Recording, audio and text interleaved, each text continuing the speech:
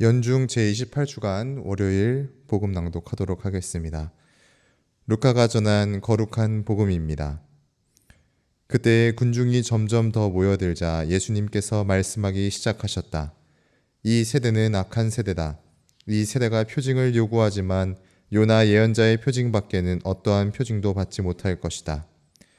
요나가 니네베 사람들에게 표징이 된 것처럼 사람의 아들도 이 세대 사람들에게 그러할 것이다. 심판 때에 남방 여호왕이 이 세대 사람들과 함께 되살아나 이 세대 사람들을 단죄할 것이다. 그 여호왕이 솔로몬의 지혜를 들으려고 땅끝에서 왔기 때문이다. 그러나 보라, 솔로몬보다 더 큰 이가 여기에 있다. 심판 때에 니네베 사람들이 이 세대와 함께 다시 살아나 이 세대를 단죄할 것이다. 그들이 요나의 설교를 듣고 회개하였기 때문이다. 그러나 보라, 요나보다 더 큰 이가 여기에 있다. 주님의 말씀입니다. 그리스도님 찬미합니다. 찬미 예수님. 신학교에 다닐 때부터 제 관심사는 어떻게 믿지 않는 사람들에게 믿음을 줄 수 있는지에 관한 것이었습니다. 어떤 사람들은 모태신앙이라고 해서 계속해서 신앙을 가지고 살아가는 사람들도 있습니다. 또 어떤 사람들은 믿음이 있는 사람들의 삶을 보고 신앙을 가지기도 합니다. 또 다른 어떤 사람들은 단순히 성당에 가고 싶은 마음이 들어서 신앙을 가지게 되기도 합니다. 여러 가지 방법으로 신앙을 가지고 살아가는 사람들을 만납니다. 반대로 여러 가지 이유로 사람들은 신앙을 갖지 않습니다. 모태신앙이라고 해서 부모님을 따라갔다가 사춘기를 겪으면서 신앙의 의미를 찾지 못하기도 하고, 바쁘다 보니 신앙생활하는 것이 사치라고 느껴져서 또 신앙을 갖지 않는 사람들도 있습니다.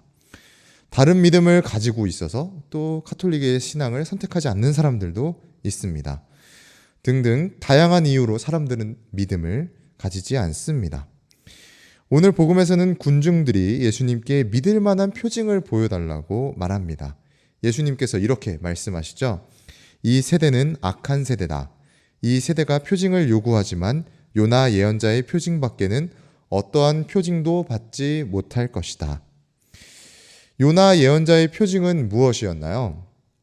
요나가 고래 뱃속에서 사흘 동안 있었던 사건, 그리고 적대적 감정을 가지고 있는 나라의 수도로 향해서 회개를 외친 사건이 있죠. 이 표징이 예수님 시대 사람들이 믿기에는 부족했던 것일까요? 사실 믿을 만한 표징을 달라고 하는 사람들은 그들이 믿을 만한 표징을 보여준다고 해서 믿음이 생기는 것은 아니라고 생각합니다. 사실 믿음이 생기는 것은 어떠한 믿을 만한 증거가 있어서 생기는 것이 아닙니다.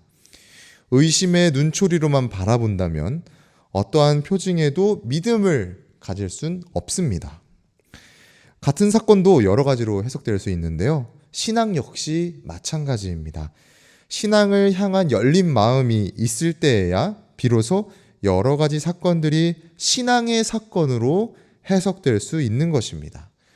토마스 아퀴나스 성인은 이렇게 말했습니다. 믿음이 있는 사람에게는 어떠한 설명도 필요 없다. 하지만 믿음이 없는 이에게는 어떠한 설명도 불가능하다. 오늘 하루 믿음이 없는 이들을 위해서 열린 마음을 가질 수 있도록 기도하도록 합시다.